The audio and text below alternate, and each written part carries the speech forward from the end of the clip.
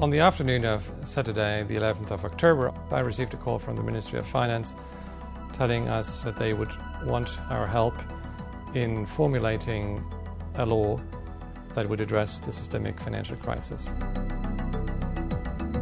Well, if you remember the time in October 2008, we have had a series of near bank failures internationally, and also a major case in Germany, hyper real estate, which needed resolution. For the first time, we thought that a complete meltdown of our financial system, worldwide financial system, was not completely excluded. In the week between the 6th and 10th of October, the markets fell down for about 20 to 25% in London, Tokyo, New York. And this was the reason for the German government to change their attitude. This basically set the scene for another rescue operation. A coordinated and effective governmental reaction was required.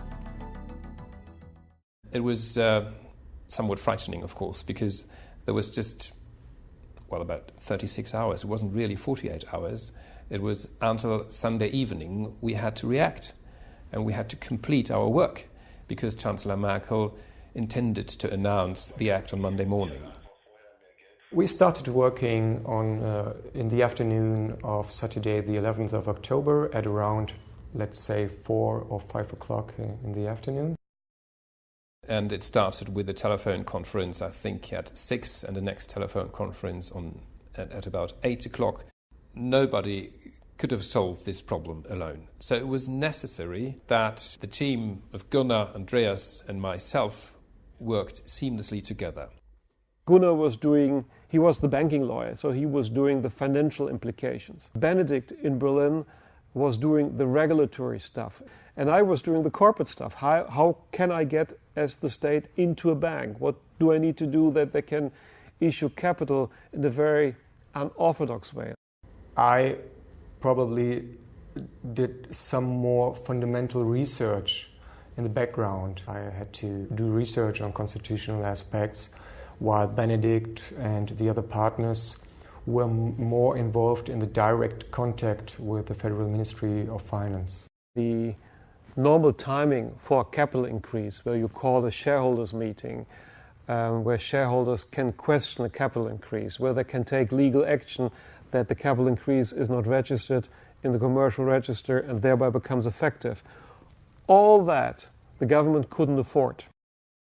Between 9 and 10 o'clock at night, we had somehow a structure, and we put some ideas into writing.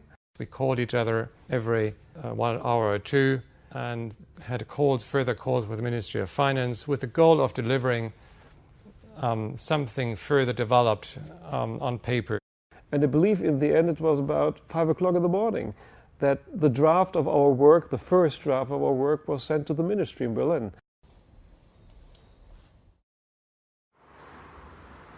Then we slept for 2 hours, because we started with the next telephone conference also internally at about 8 o'clock Sunday morning. So we'd been back to the office fairly early. And we were already receiving comments from the ministry. And then we're working with those comments, we're addressing those comments, we're trying to refine even further our proposals. So the final piece of work was delivered at about 9 o'clock Sunday night.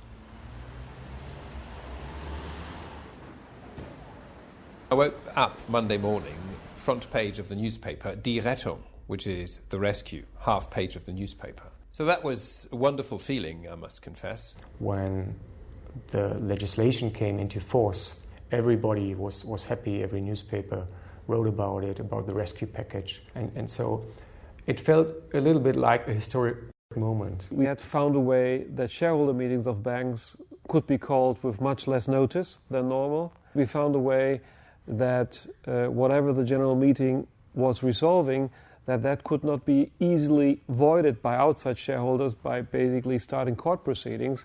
A number of banks has received help through the work and through the stabilization law. In particular, Commerzbank, Areal Bank, Hyper Real Estate Bank, but also the public banks. So without the Act, those bailout measures would not have been possible. And of course, the Act, as well as the measures, have changed the face of the German financial market drastically and will change for the years to come.